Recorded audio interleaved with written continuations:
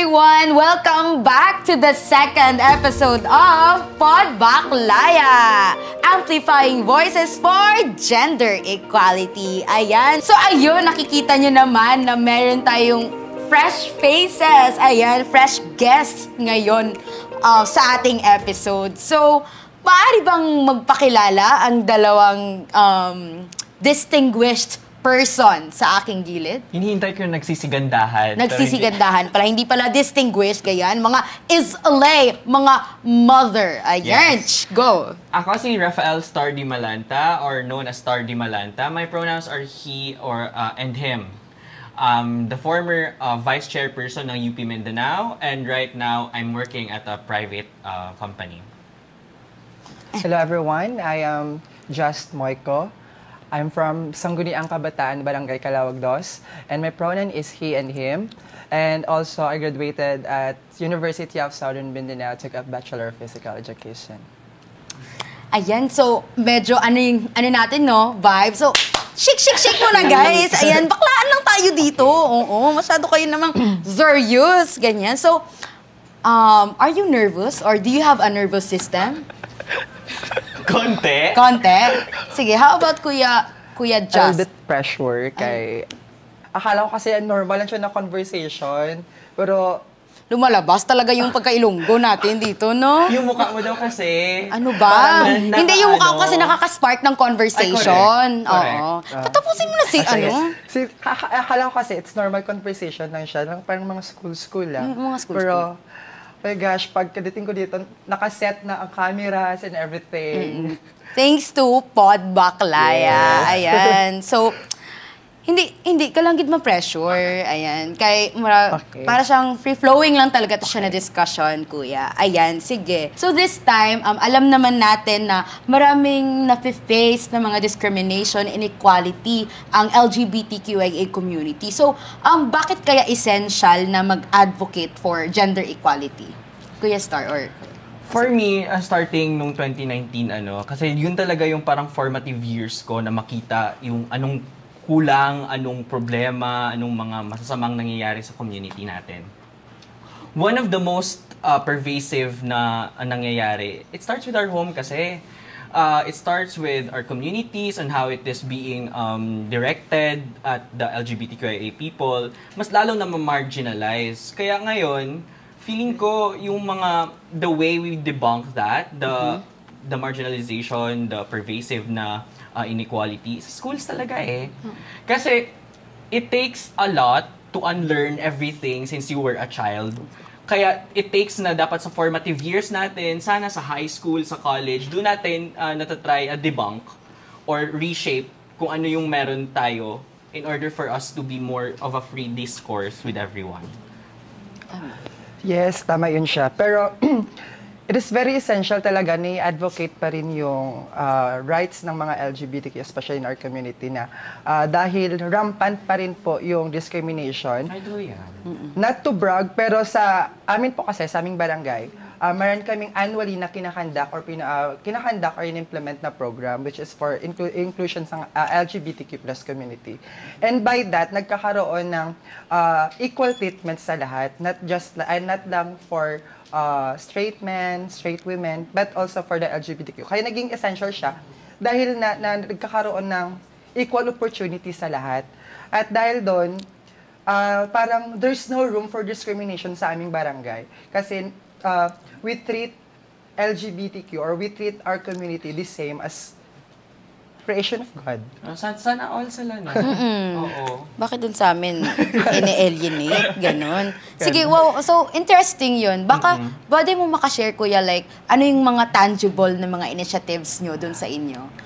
Actually, as 1 year pa lang po na nakakaupo kami as SK. 1 year pa lang yan. 1 year pa Yes lang, po. dami ng ganap. Go. As SK Kagawad, nagkakaroon po kami ng programs like Ibataha, which is parang nagkakaroon doon ng nagkakaroon kami na or nagbibigay kami ng equal opportunities like for example every activities na kinakandak namin sa aming barangay, hindi lang siya good for senior citizens, good for ganyan. Kasi hindi naman sa binabrag ko yung barangay namin talaga compare sa ibang barangay. But nagkakaroon talaga kami ng social gatherings sa aming barangay tulad ng parang gala night for LGBTQ+, mga Miss Gays, ganyan. Tapos nagkakaroon din kami ng mga seminars kung paano magkakaroon ng mga communication skills. Parang hindi namin neglect or hindi namin parang hindi namin siya inclusive, kumbaga. Parang inclusive siya. Yun naman talaga yung main point talaga ng social inclusion talaga sa aming barangay. Ganda ng input niya, ano, kasi through this, may visibility. Best practices yun ng barangay nila eh.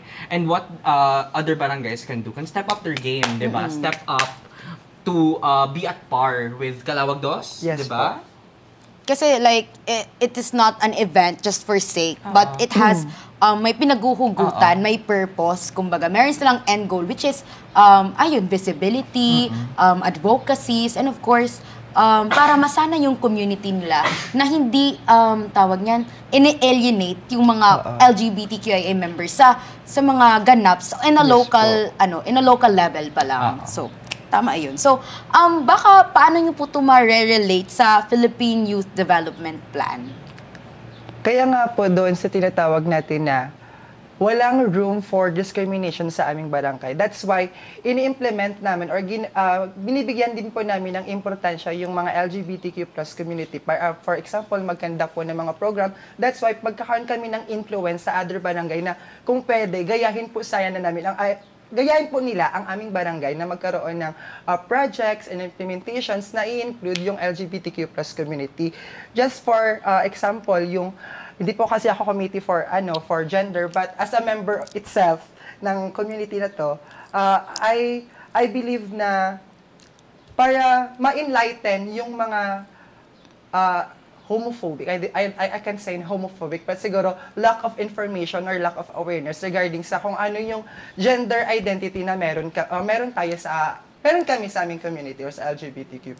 Parang gusto lang namin na i-enlighten na we don't need to express, we don't need to empower, advocate our rights, but we need to express our gender identity para hindi magkakaroon ng barriers between straight and the LGBTQ+ community. True. Laliman natin yung yung input. Sa youth sector kasi nakikita ko naman malaki yung untapped power source natin sa university level. Sa lahat ng nanonood na university students, malaki yung power, yung potential na gumaod, mag-mobilisa, mag-organize ng mga seminars, events for visibility. Yung pinapaglaban kasi dito, hindi lang naman din talaga LGBTQIA communities, it's bakla para sa Malipunang Malaya. It's the SUGI bill din also, which encompasses naman talaga lahat. We just want to highlight it there. We want it to be on a pedestal, siguro kumbaga. Because ang tagal na din. Yes, ang tagal na nakatenga. din. 24 years. Oo. Isang ano na yon, working professional. Isang tao na yun. Isang kabuang tao na yun. 24 years. Ikaw na yun. Correct. 24 years. It's time wasted. It's potentials wasted. It's rights being neglected. Tagal na, di ba? Ano pang iniintay natin? Diba? Ano iniintay? Tama. So, yun, with these, happy talaga ako na meron pang mga buhay na mga, may purpose talaga na mga event. Kasi, mismo tayo, hindi lang naman LGBTQIA yung nagka-campaign for their rights, but also meron nga tayong allies. Yun. So, since you are both youth leaders po in your respective areas, what role do youth leaders play in addressing this concern? Like, ako muna yan. Ay, sige. Ay, dami. Gusto ko yung parang hindi pa po ako tapos. Ay, pero sige. Patapusin mo na kita. Okay na po yun. O, kamay sa bewang daw. Hindi. Sige, ganyan na lang. Sa chan pala, dito pala yung bewang. Sige, ganyan pala gusto niya ha. Okay, ganyan sige. yung gusto namin. So, I'll repeat the question once. No reiteration and no translator. Go. Thank you. So, first, in your respective areas and communities, what role do youth leaders play in addressing this concern? How do you help advance this fight, and what have you done recently to support this advocacy? In the count of 3. 1, 2, 4. Charis. Okay na. Sige. It all started with my university life. Lahat naman siguro tayo dito, no, nagka-university life. Kasi doon tayo nalilinang, doon tayo na parang nagkakaroon ng rebirth, kumbaga. Ang ganda isipin na it's an ideal world, walang makakatalo sa'yo, there's no glass ceiling, kumbaga. Pero natutunan natin na there's always a patriarchal system built in every spaces It's a systemic problem. It's an ill of the nation. Correct. Sakit siya. It's an illness. So doon pa lang nakita natin, being a leader means seeing the other peers have inputs. Ang ganda ng inputs kasi ng tao ng madla, lalo na yung mga tao sa LGBTQA community. Kunin mo yung input, fight for it. Ang kinahanap ko talaga na word every time when I speak up about the LGBTQIA community, it's collective. Kolektibo yung aksyon, yung paggagaod, kolektibo yung danas, yung lived experiences. Yung sakit, yung pighati, yung galit, collective yun eh. Oo. Pag sinabing collective din, sabay-sabay kayong nakakaranas. Sabay-sabay din kayong maghahanap ng paraan. Tama. So, we find ways through mobilizing something much like a free discourse. Yun yung mga seminar, mga forums. Alam mo to yung mga EDs, yung mga educational discussions na ginagawa natin lahat ng paraan para umattend lang yung mga estudyante. Binibigyan natin ng balulong, binibigyan natin ng iced tea. Pandesal yun sa kanila, pandesal. Sinisigurado din natin na dapat may gwapo. Na from other courses para umattend din yung yan? mga kaibigan Isa yan sa mga natin. motivating factor. Motivating factors. Diba, kuya? You find strategies that's within the networks. You learn something from other people. And then as much as possible, you do things or you do events that gather the most visibility. Tama. Iba yung nagagawa ng visibility, sis eh. Kasi it's something that attracts and something that gets the attention of the people. And then, they listen to you for it. Ano yung pinaglalaban nila? Diba? Yun yung nagustuhan ko doon sa ginawa ko. For ano naman? So, since 22 years of existence sa Barangay Calawag Dos, hindi ako naging member talaga doon ng community namin. I mean, part ng LGBTQ+ community. Kasi nga, school, bahay. But then, gitry ko na pasukin yung politics. Try ko siya pasukin. What if try ko maging role model sa mga kabataan as a member itself ng community. So, hindi lang po ako isa, hindi po kami dalawa, kundi tatlo po kaming member ng LGBTQ+ na SK officials ng Barangay Calawag Dos.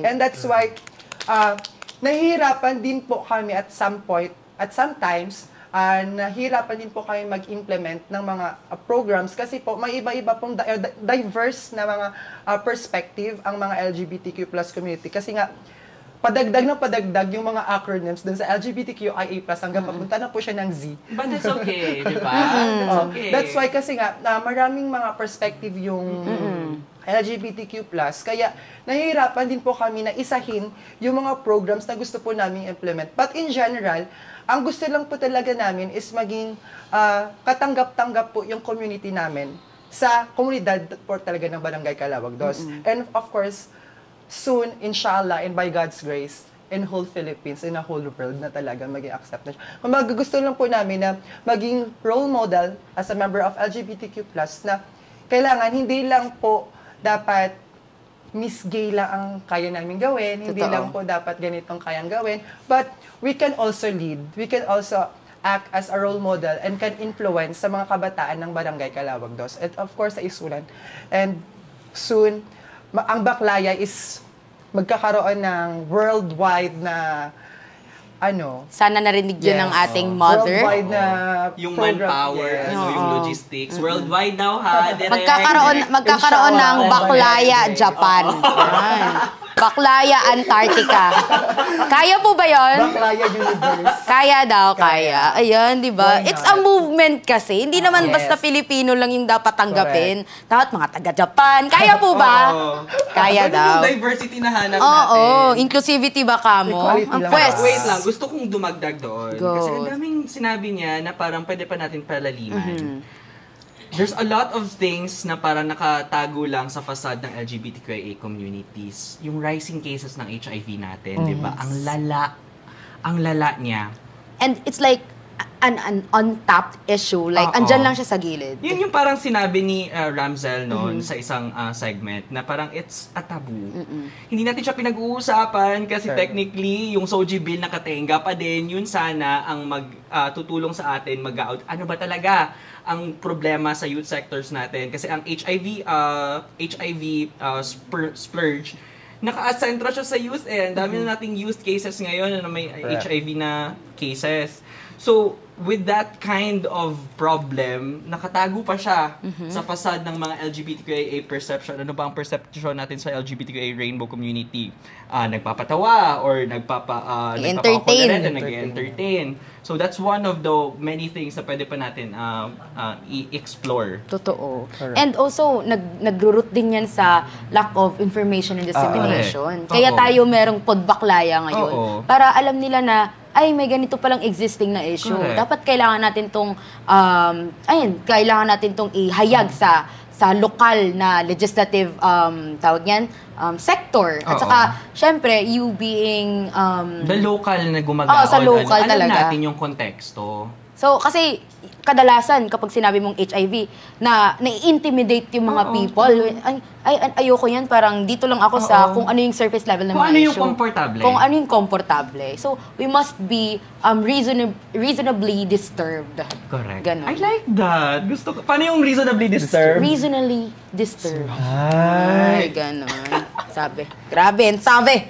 Okay, so dito sa ating Philippines, alam naman natin, yun, nakatenga pa rin ng 24 years ang SOGI bill and wala pang national law na nagpoprotekta sa atin, sa inyo, na against discrimination. So, naglo-lobby pa rin tayo ng anti-discrimination ordinance.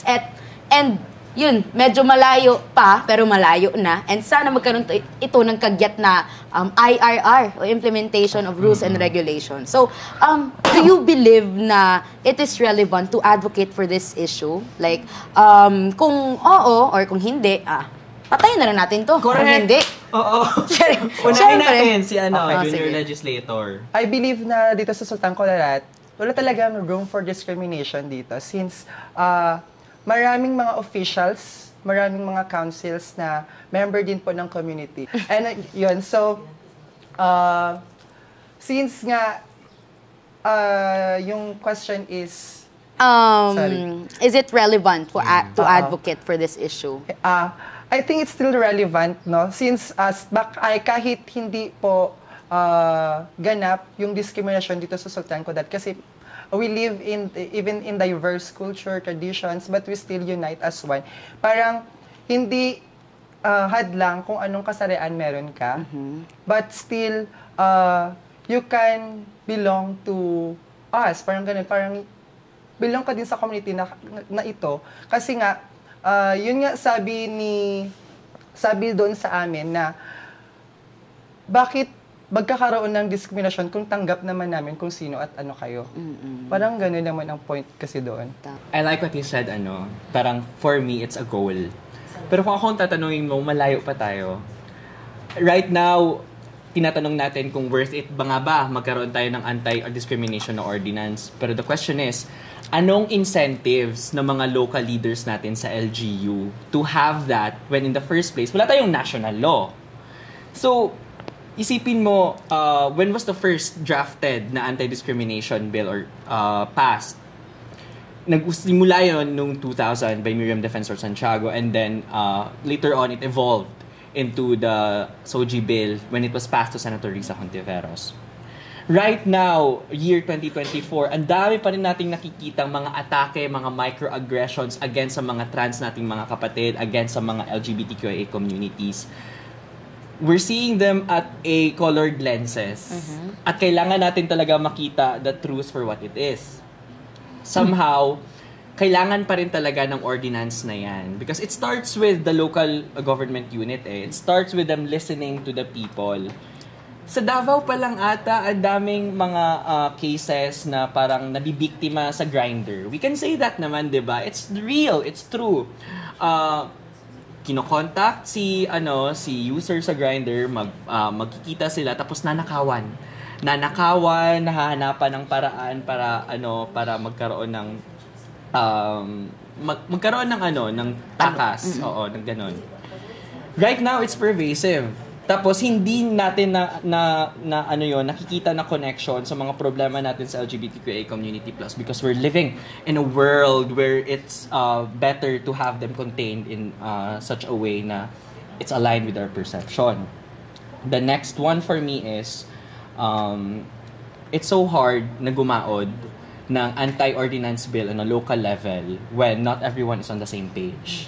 Most parang petty or ironic problem is we inherited that kind of culture and mindset from the Spaniards, who brought the Catholicism and Christianity here in the Philippines when in the first place, legal na ang same-sex marriage sa kanila. So, ba talagang mga epekto ng colonization, ganun. So, tama yung mga sinabi nila, no? But I would like to add an input, feeling guest. Kasi, yun, pagsabi ni Kuya Just na dapat accepted sila. Kasi, when ma-misinterpret kasi ang word na accepted, it's either a person, a member of the LGBTQIA community is not accepted, but it's only tolerated. Like, hindi nila, sige, bakla ka na lang. Wala ka na kami magagawa.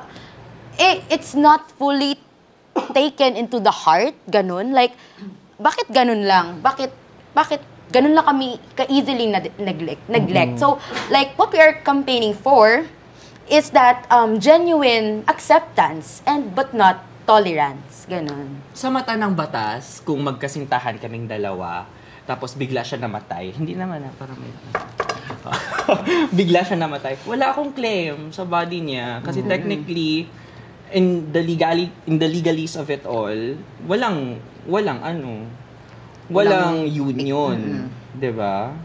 Tama. Galing ng usapan. Parang lilipat ako dyan para mag-input na rin. Kayo na lang po mag-host. Cheers!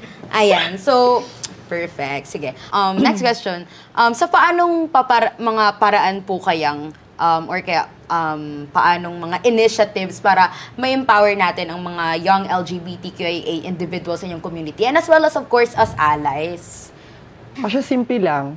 If naka-feel ng hatred towards other people, lalo na kung mga homophobic, ganyan, simple lang po, don't take revenge.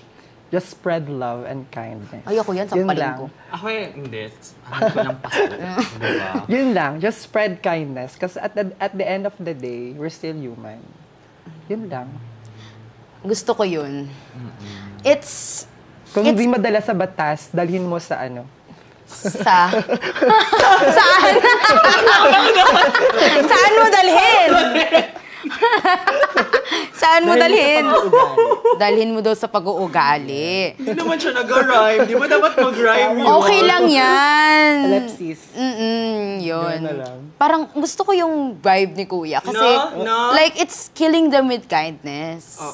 Oo. Ikaw kasi parang sampalin mo lahat ng homophobic. Anong sinabi mo? Ganun. Sa kanya. Mag-change na tayo sa Kalawag Dos. I-change na natin yung ano natin. Magpa-register tayo. Sige. Add kami dun sa community nyo. Sige. Ano ba yan? Nagsistray away tayo mga baklo! By December. Sige, your questions are, what are the initiatives? To empower. And ano yung message mo sa kanila? Ganun. For me naman, last August, it's all about visibility for me and the diversity kasi. Last when I helped organize TEDx Lanang, yun yung sinabi nila na parang biggest TEDx event in the Philippines. Meron doon, may isa-isang education, merong engineering, merong about culinary arts. We wanted to have a voice that matters when it comes to diversity. At isa ang LGBTQIA community doon. We invited Miss Jade So on the platform, on the roster. Miss Jade So. Gusto ko yan. Okay, padayon. We invited her and then she told her story. Her story about being bullied as a kid.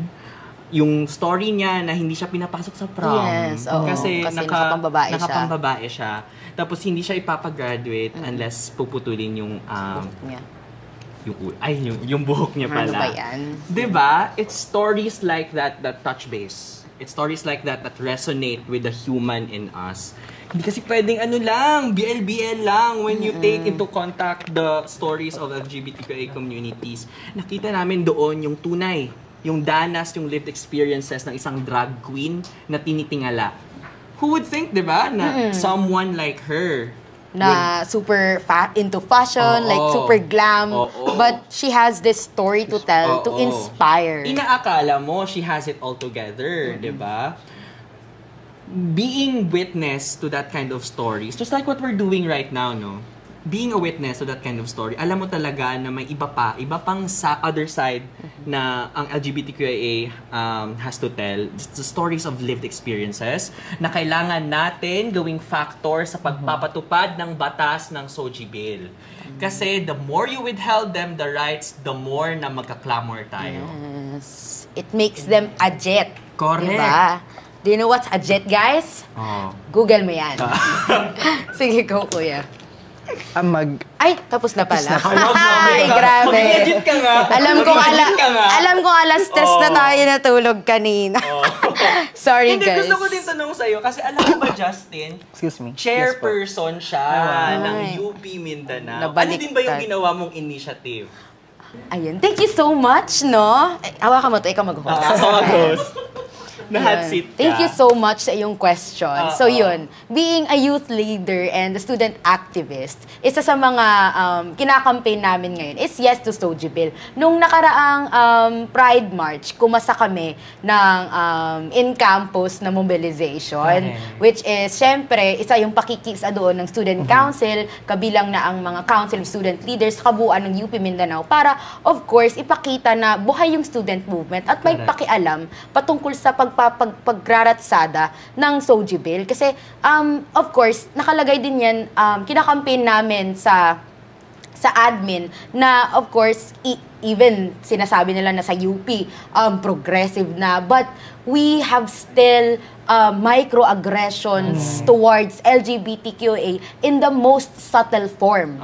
Like, sabihin nila, like, ano ba yan? Nandun sa list nila. Oo, sa list. Male, female, prefer not to say. At saka, sa CR, wala kaming gender-neutral na CR. So, with that, it's microaggression or subtle alienation of LGBTQIA. And with that, kasalukuyan din kaming nagkakasa ng mga online campaigns, ng mga online forums. And of course, when we talk about Drag Race, we don't just talk about Drag Race, but we scrutinize, kagaya ng sinabi na yung experience ni Jade. So, like, we're holding on to the fact kung paano sila pumunta doon, which is they are driven by the society which oppresses them. Yun lang po. At masyadong 30 minutes na po ang audio na to. Correct, kasi ginamit niya ang drag na plataforma as a political platform. Just like what we're doing with Pod Baklayan. This is our way, a step forward for us to clamor din for the SOGI Bill. Kaya salamat, Mother. Sorry. Ayan. Salamat, Baklaya. Tama. Wala siya na Wala, sorry. Ganon. Ulit. Dapat salamat, Mother. 1, 2, kaya salamat, Mother. Ganyan. Sige. Gusto ko lang to i-slip in. Mabilis lang. Sige. In all the schools in Davao, parang UP Mindanao lang po sa paggagaod ni Heroine and yours truly. May mga pageant po tayo na pwede na pong hindi na heteronormative, pwede na mag-partner ang anyone who wants to be in a pageant. And that's visibility at its peak.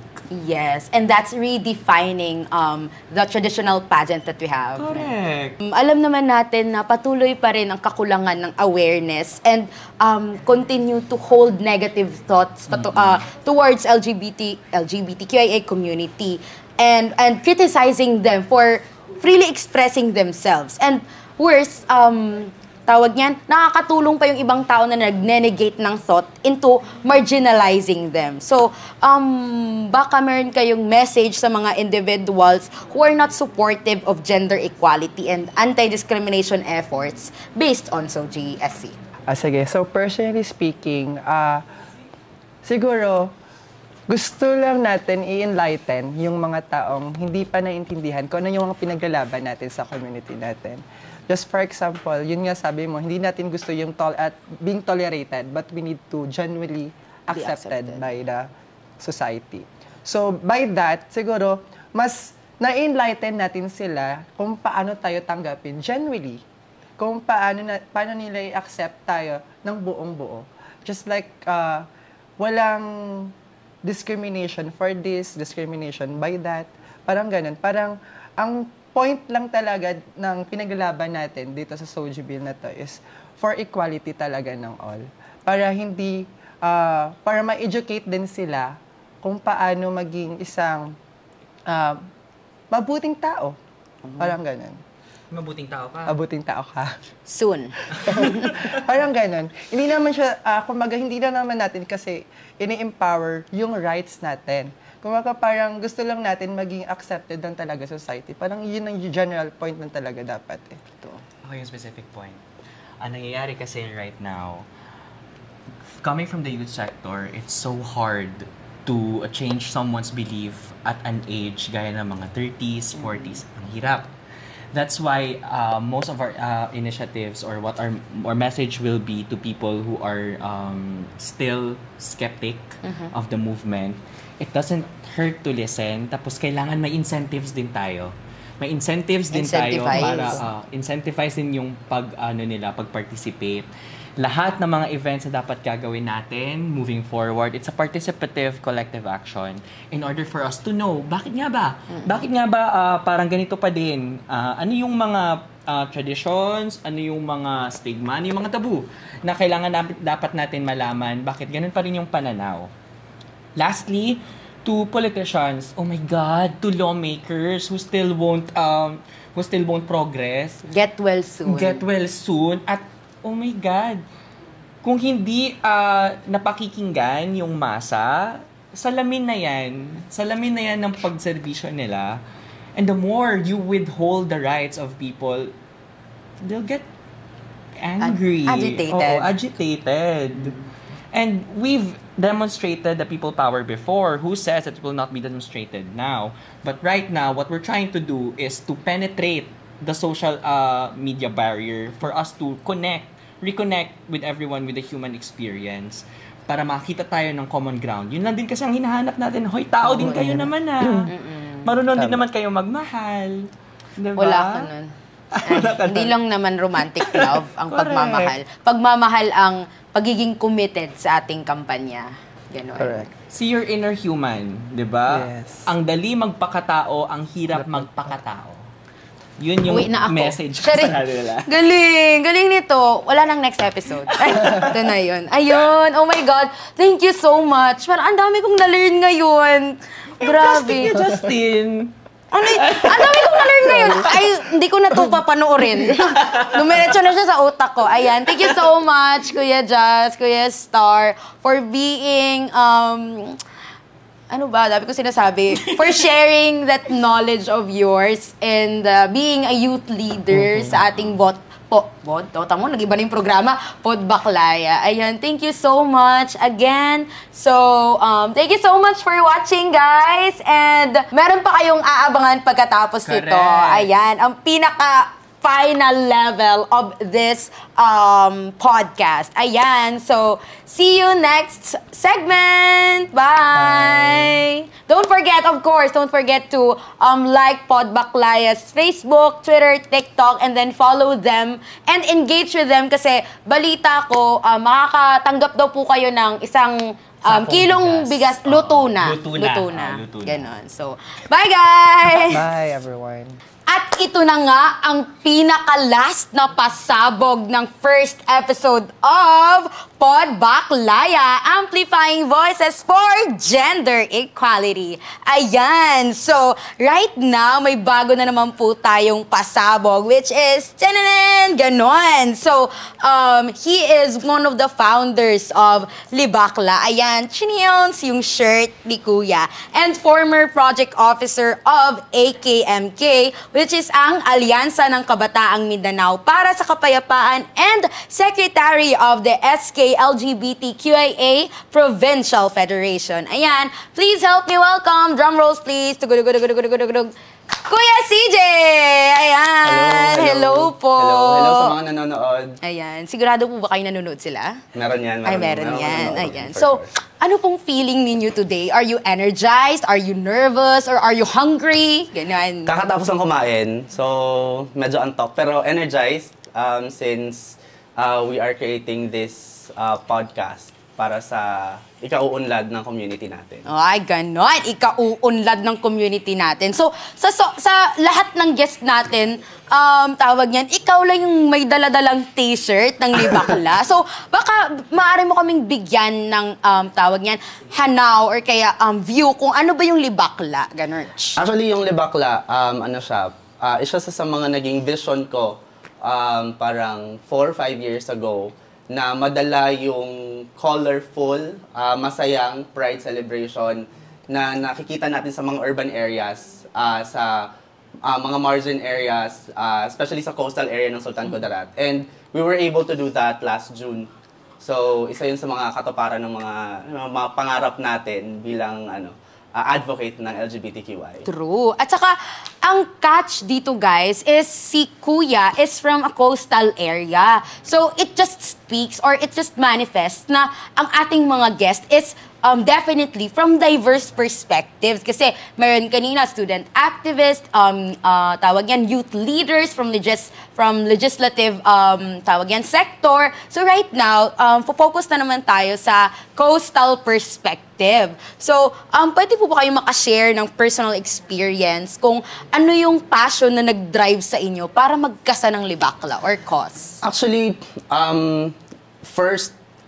just for context, first time ko na-experience yung Pride March was in Marikina City, yung Resist Together.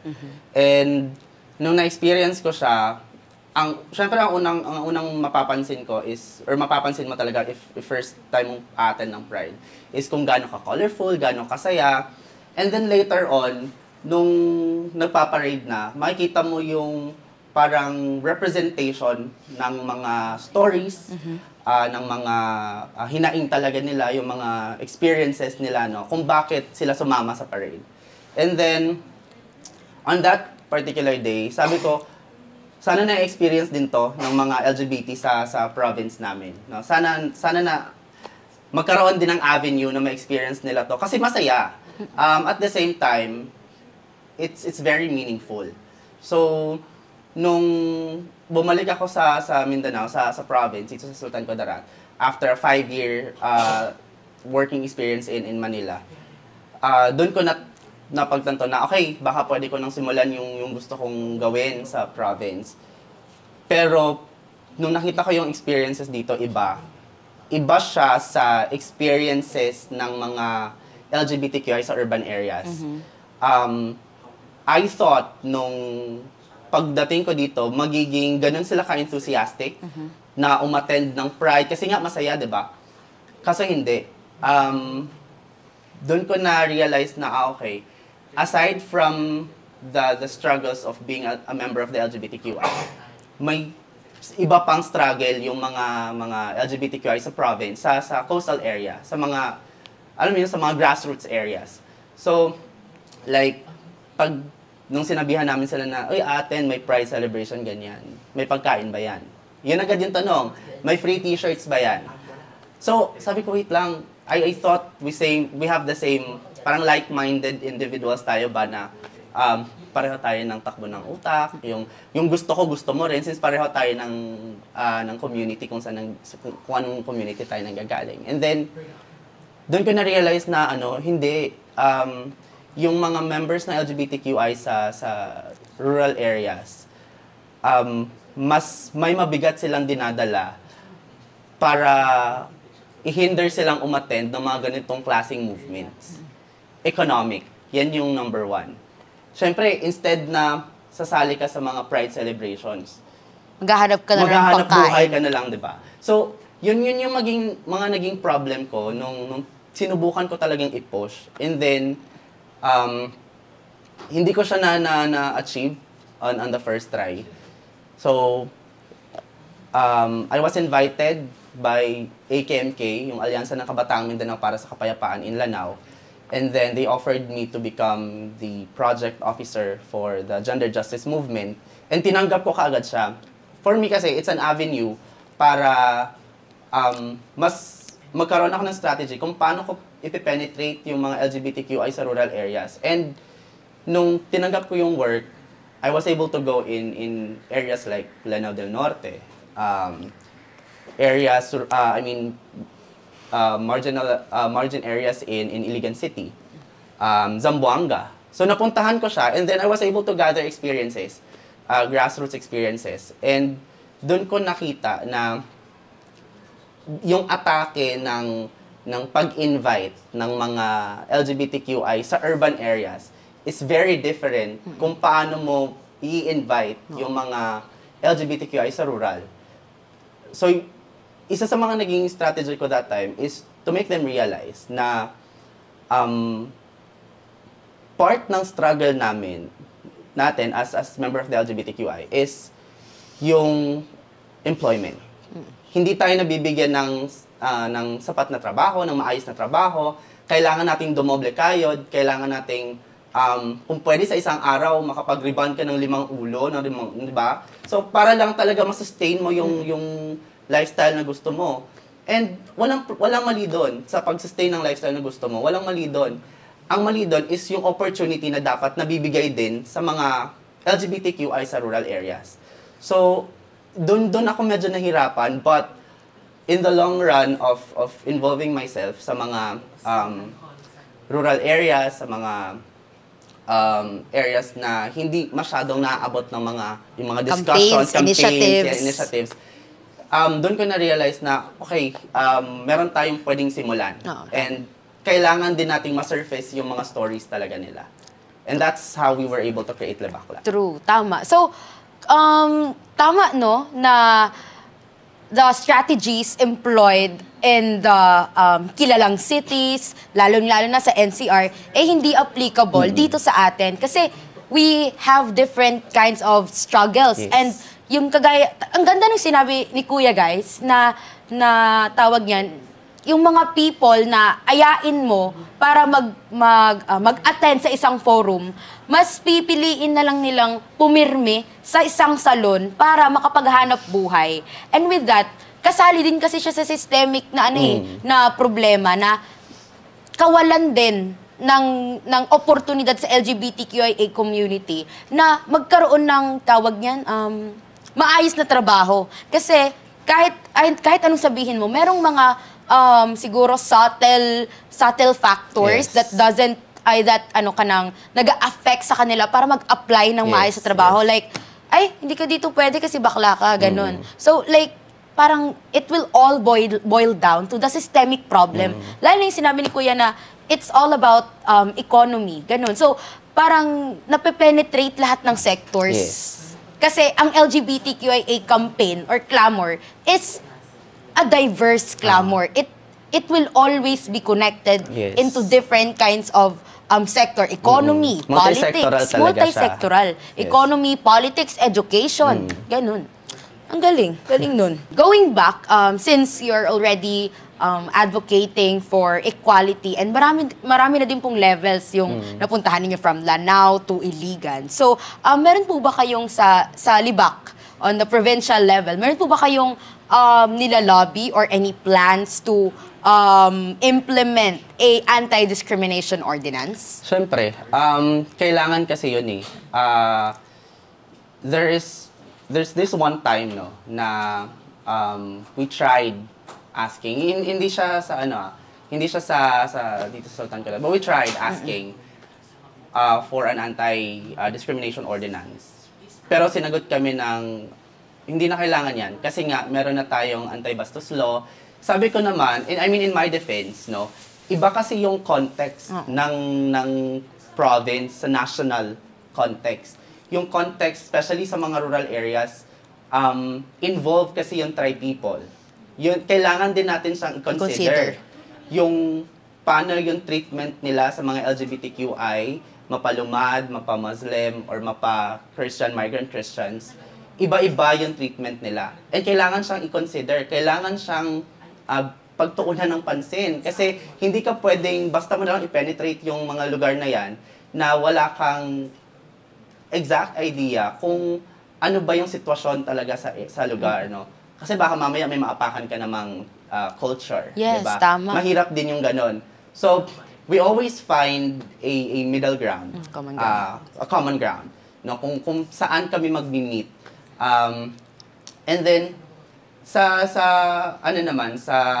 I'm originally from Calamansig, actually. But I'm currently living in Lebac with my partner. So, sa Calamansig, we've already submitted a proposal for an anti-discrimination ordinance. And sa Lebac, we're planning, no? After Lebacla, we're supposed to create it's like a written, parang, ang tawag doon, nakalimutan ko yung term. Pero it's like a written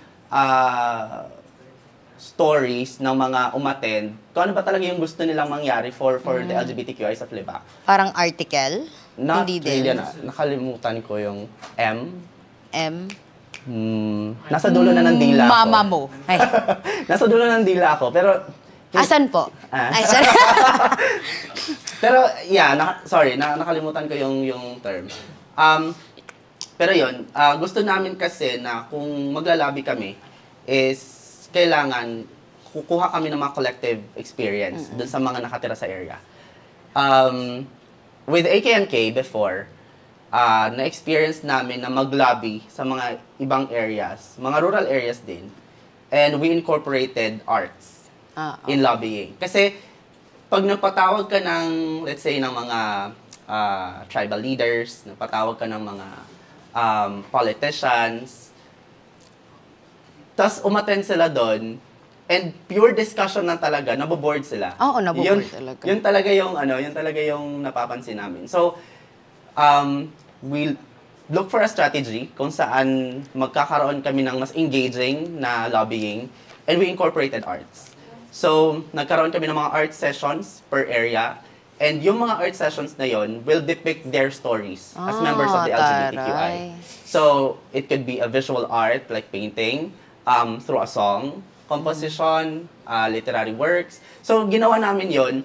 And then, the form of lobbying that we had is through yung sa ginagawa sa museum. Tawag yan? Art walk? Parang ganon. So, yun yung ginawa namin. And hindi lang basta politicians yung mga pumunta.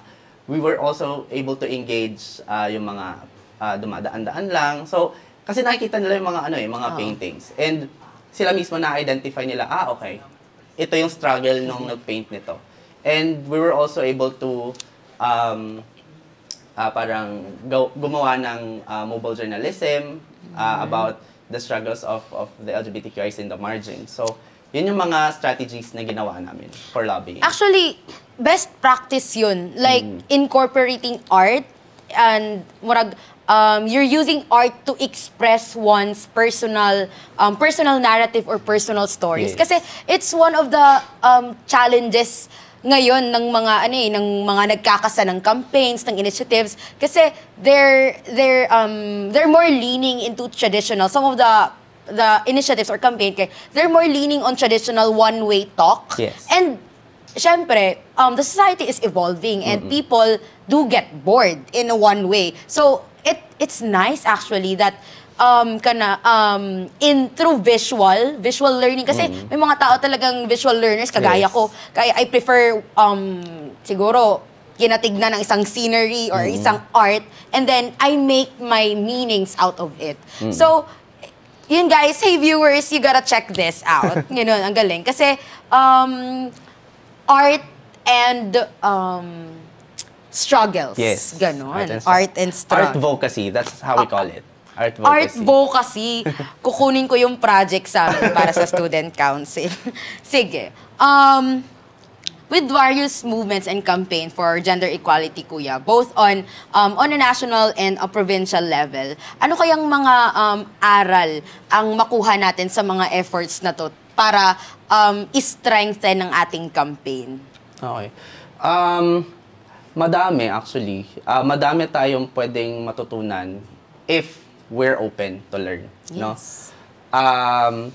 Sa mga urban areas, yung mga nakikita lang kasi talaga natin yung napo-provide lang ng media. Like every time na may Pride celebration, nakikita natin na it's very colorful. It's very fun. Oh, very fun. Campy, diba? sabi pa nga nila. Tapos, pwede maghanap ng jowa, yun pa yung ano ng iba. Pero, again, it's a movement, diba?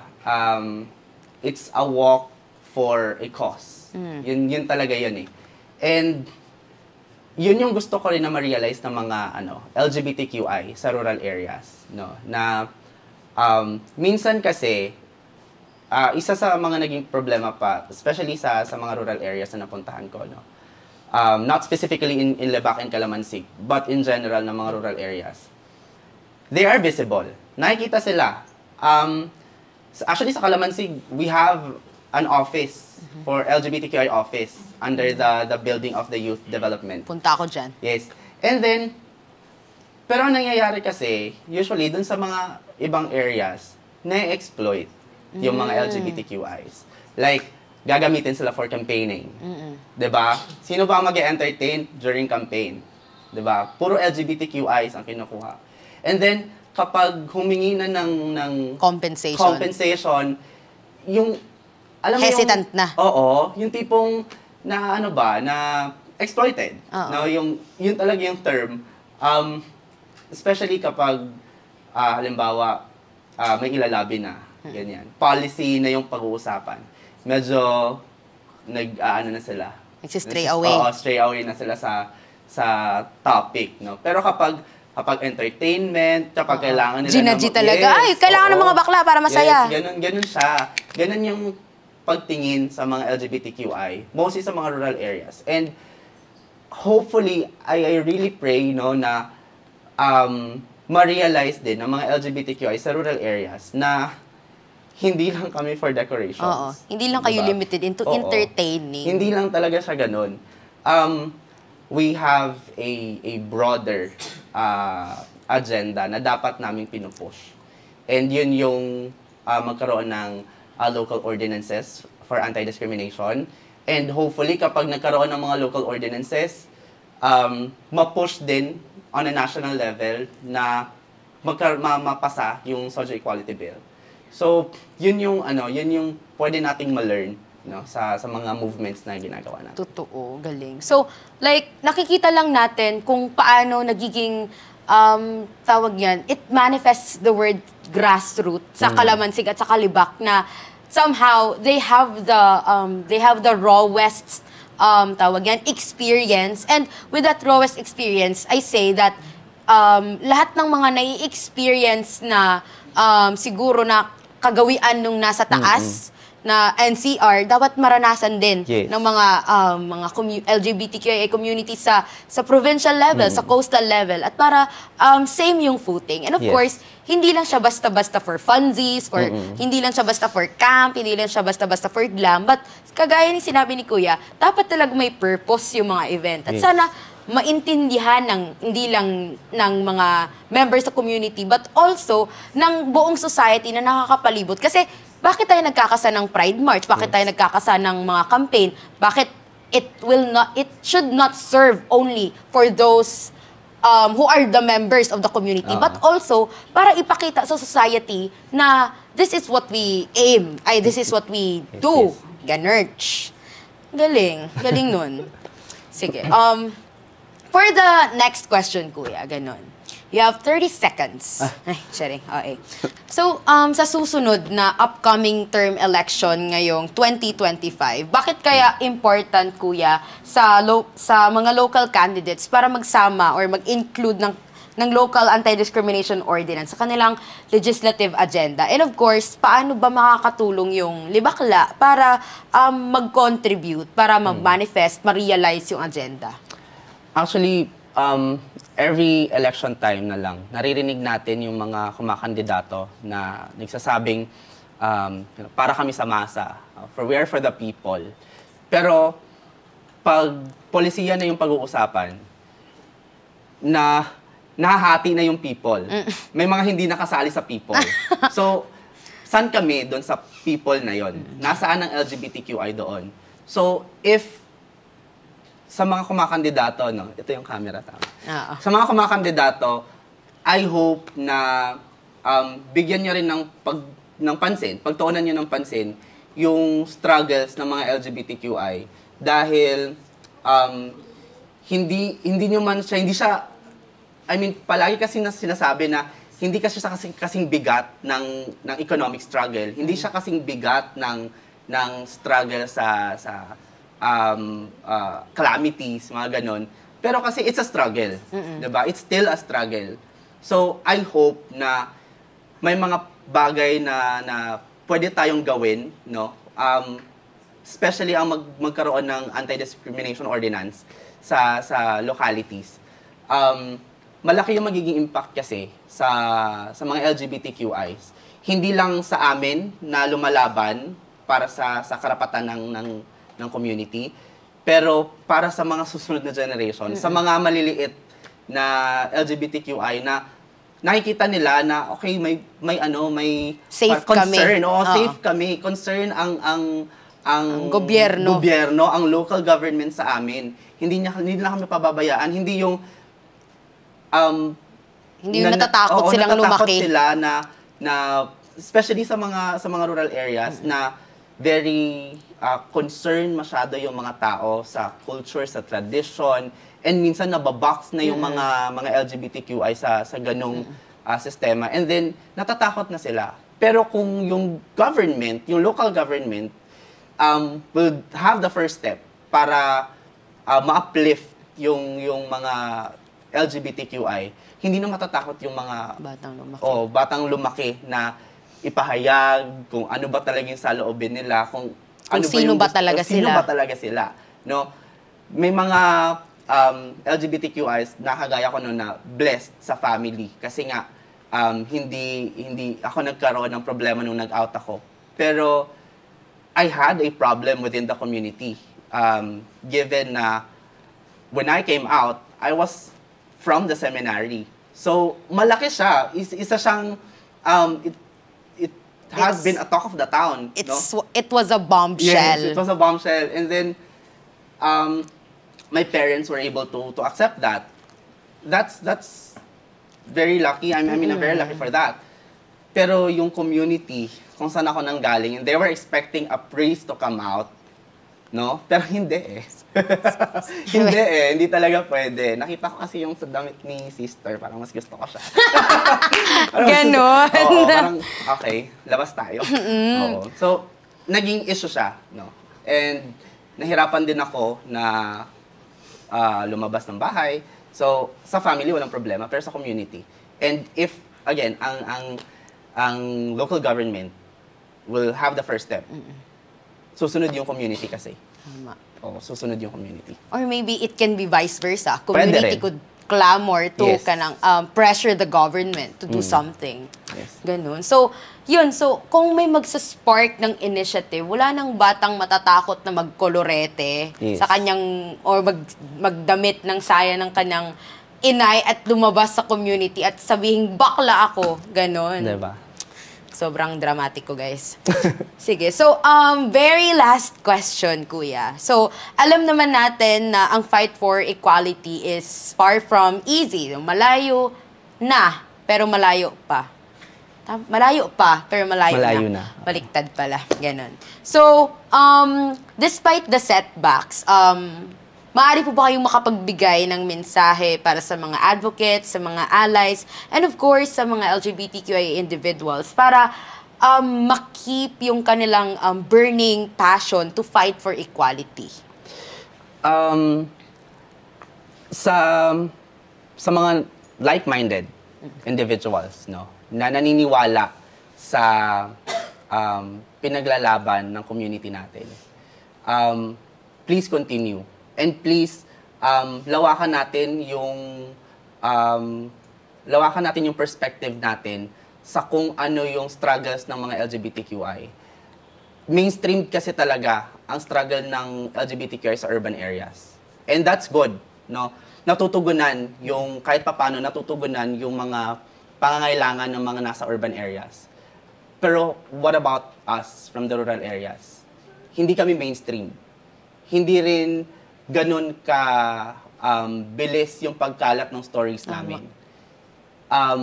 Yung iba sa amin, they stay na lang na, ay, bakla ako. Oo. Or, Ganun na lang. Ganun na lang.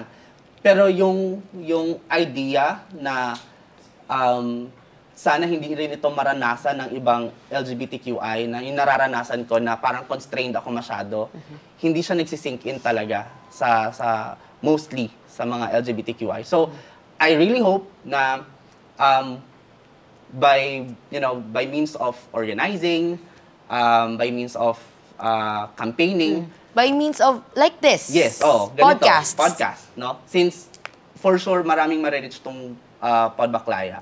Japan daw. Japan. Maraming marireach yung Pod Baklaya, and hindi lang niya marireach yung mga nasa urban areas. Kasi kahit naman yung mga nasa rural areas, may internet na rin naman, and may mga phones, and they can definitely watch this. I really hope na this could spark, no, yung kahit yung konting desire for equality, yung konting desire na sana hindi na ito ma-experience ng mga susunod sa akin. And actually, yan din yung yan din yung reason kung ba't very akong ipaglaban yung karapatan ng LGBTQ. Because I have a brother. I have a sibling na LGBTQ, member din ng community. And ini-encourage ko siya sumali sa mga organizing na ginagawa namin. And he's even part ng organizing team ng Lebakla. So, I'm very happy na at the age of 16, he was able to participate. And not just participate, pero i-involve talaga yung sarili niya sa mga activities na ginagawa namin. And my parents are very supportive sa ganung gawain namin. And hopefully, kung hindi nyo alam kung paano uumpisahan, hindi nyo alam kung sino ang itatap, may mga Facebook pages po, ang mga LGBTQI, ang Lebakla, we have a Facebook page. IKMK, we also have a Facebook page. You can tap me, you can tap Baklaya, no? Para maumpisahan kung paano natin or paano kayo mai-involve sa mga ganitong activities, no? That's for the like-minded individuals. And for the the other side of the coin. The others, ayoko naman kayong but I hope, no? I don't wanna say pop off bitch, but I hope na you empathize on our struggles, no? Empathize. Because if you know that we are struggling and you're not doing anything about it, then You're perpetuating yeah, oppression. Oo. Part kayo ng problema namin. Oppressors. Part kayo ng problema namin. And kung ayaw nyo maging parte ng problema namin, tumulong kayo. Galing! Yan lang. Taray, ganon. Oh my God, ang daming learnings today. Pinaka-highlight is yung, ayaw ko namang sabihin sa inyong, pop off bitch. Pop off bitch. Pero, maging empathetic tayo Maging sa isa't empathetic isa. naman tayo. Ayun, so I think that's all. Yun, thank you so much, Kuya. Thank you. Kuya CJ, for having yourself. And of course, Pod Baklaya for organizing this kind of medium or platform. Kasi it's a new way of sharing stories, kagaya ng Kuya, from different kinds of perspectives and also to inspire others. Ganon. So, again, thank you so much, Kuya Thank you. CJ. And of course, so don't forget to like their Facebook page, Pod Baklaya, subscribe to their YouTube, and of course, follow their TikTok for more contents. Ayan, so sana magkikita-kita tayo sa mga Facebook Reels, sa TikTok, and of course sa YouTube. Ayan, so that's all for episode 2 of Pod Baklaya, amplifying voices for gender equality. Ayan, thank you so much. Thank you, Thank you. Kuya.